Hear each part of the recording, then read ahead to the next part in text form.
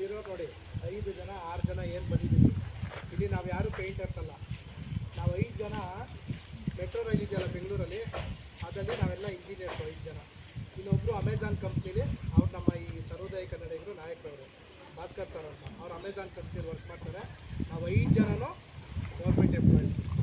ಇವತ್ತು ನಾವಿಲ್ಲಿ ಬಂದು ಈ ಥರ ನಾವು ನಮ್ಮ ತಂಡದಿಂದ ಇದು 12ನೇ ಶಾಲೆ, ನಂದೊಂದು 32, ಸರ್ದೊಂದು 82, ಇಲ್ಲೊಂದು 18, 5 ಅಂತೆಲ್ಲ ಇದ್ದಾರೆ.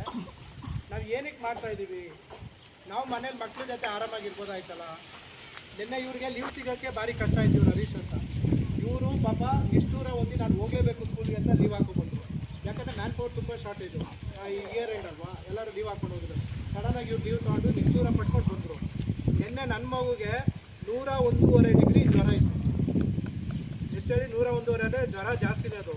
ನಾನು ಬರ್ದಿರೋ ಆರಾಮಾಗಿ ಇರ್ಬೋದಾಯ್ತು ಮನೇಲಿ ಮಕ್ಕಳು ನೋಡಿಕೊಂಡು. ಆದ್ರೂ ಯಾಕೆ ಬಂದಿದ್ದೀವಿ ಅಂದರೆ ಇದೊಂದು ಕಮಿಟ್ಮೆಂಟ್ ನಮಗೆ, ಅಂದರೆ ಒಂದು ಅಂದ್ಕೊಂಬಿಟ್ಟಿದ್ದೀವಿ, ಒಂದು ಕಾಯಕಲ್ಪ ಹೋಗಿ ಮಾಡಬೇಕು ಅಂತ ಬಂದಿದ್ದ ಉದ್ದೇಶ. ಇಲ್ಲಿ ಬಂದರೂ ನಾನು ಸ್ವತಃ ಏನು ಅಂತ ಆ್ಯಕ್ಟಿವ್ ಆಗಿರೋಕ್ಕಾಗಲ್ಲ, ಯಾಕಂದರೆ ಮಗುವಲ್ಲಿ 101.5 ಡಿಗ್ರಿ ಜ್ವರ ಇದೆ. ಹಂಗಾಗಿ ನನಗಿಲ್ಲಿ ಮನಸ್ಥಿತಿ ಅಷ್ಟೊಂದು ಚೆನ್ನಾಗಿರಲ್ಲ. ಆದ್ರೂ ಏನಕ್ಕೆ ಬಂದಿದ್ದೀವಿ ಅಂದರೆ ಒಂದು 49 ಮಕ್ಕಳು ಈ ಥರ ಒಂದು ಹಿಂದುಳಿದ ಪ್ರದೇಶ ಅಂತ ಬಂದಿದ್ದೀವಿ. ಹಾಗಾಗಿ ನೀವು ಎಲ್ಲ ಚೆನ್ನಾಗಿ ಓದಬೇಕು. ಒಳ್ಳೆ ಶಿಕ್ಷಕರಿದ್ದಾರೆ, SDMC ಅಧ್ಯಕ್ಷರಿದ್ದಾರೆ. ಊಟನೂ ಅಷ್ಟೇ ಕೈ ತುಂಬ ಒಳ್ಳೆ ಶುಚಿಯಾಗಿ ಸಖತ್ತಾಗಿತ್ತು. ಬೆಳಗ್ಗೆ ತಿಂಡಿ ಚೆನ್ನಾಗಿ ತಿಂದಿದ್ದೀವಿ. ಮಧ್ಯಾಹ್ನನೂ ಅದೇ ಥರ ಎಕ್ಸ್ಪೆಕ್ಟ್ ಮಾಡ್ತೀವಿ, ನೀವು ಮಾಡ್ತೀರಾ ಅಂತಲೂ ನಮಗೆ ಗ್ಯಾರಂಟಿ ಬಂತು. ಇಷ್ಟಿದ್ರೆ ಸಾಕು, ನಮಗೆ ತುಂಬ ಖುಷಿ ಆಯಿತು. ಈಗ ನಾವು ಅಲ್ಲಿಂದ ಬಂದಿದ್ದೀವಿ ಬೆಂಗಳೂರಿಂದ. ಏನೋ ಬರ್ತಾರಪ್ಪ ಮಾಡ್ತಾರೆ ಹೋಗ್ತಪ್ಪ ಅಂತ ಇರಬಾರ್ದು. ನೀವು ಇವಾಗ 1ನೇ ಕ್ಲಾಸಿಂದ 3ನೇ ಕ್ಲಾಸ್ವರೆಗೂ 26 ಮಕ್ಕಳು, 4, 5, 23 ಮಕ್ಕಳಿದ್ದೀರಾ.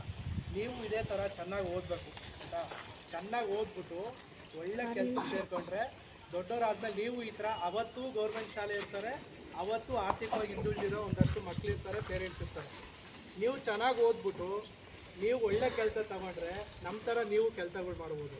ಹೆಣ್ಮಕ್ಳಷ್ಟೇ ನೀವು ನಿಮ್ಮ ಈ ಕಡೆ ಎಲ್ಲ 18 ವರ್ಷ 20 ವರ್ಷಕ್ಕೆಲ್ಲ ಮದುವೆ ಮಾಡ್ಬಿಡ್ತಾರೆ ಅಂತೆಲ್ಲ ಇರಬಾರ್ದು ಹೆಣ್ಮಕ್ಳು, ಆಯಿತಾ? ಚೆನ್ನಾಗಿ ಓದಬೇಕು, ಒಳ್ಳೆ ಕೆಲಸಕ್ಕೆ ಸೇರಿದ್ಮೇಲೆ ಮದುವೆ ಆಗಬೇಕು, ಸರಿನಾ?